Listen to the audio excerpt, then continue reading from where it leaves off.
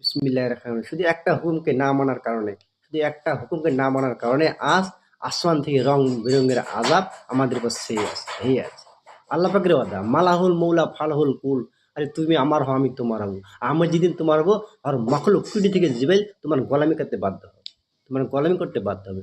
Bulldozer দিয়ে কেন? Bulldozer দিয়ে ঘর ভাঙানো কেন?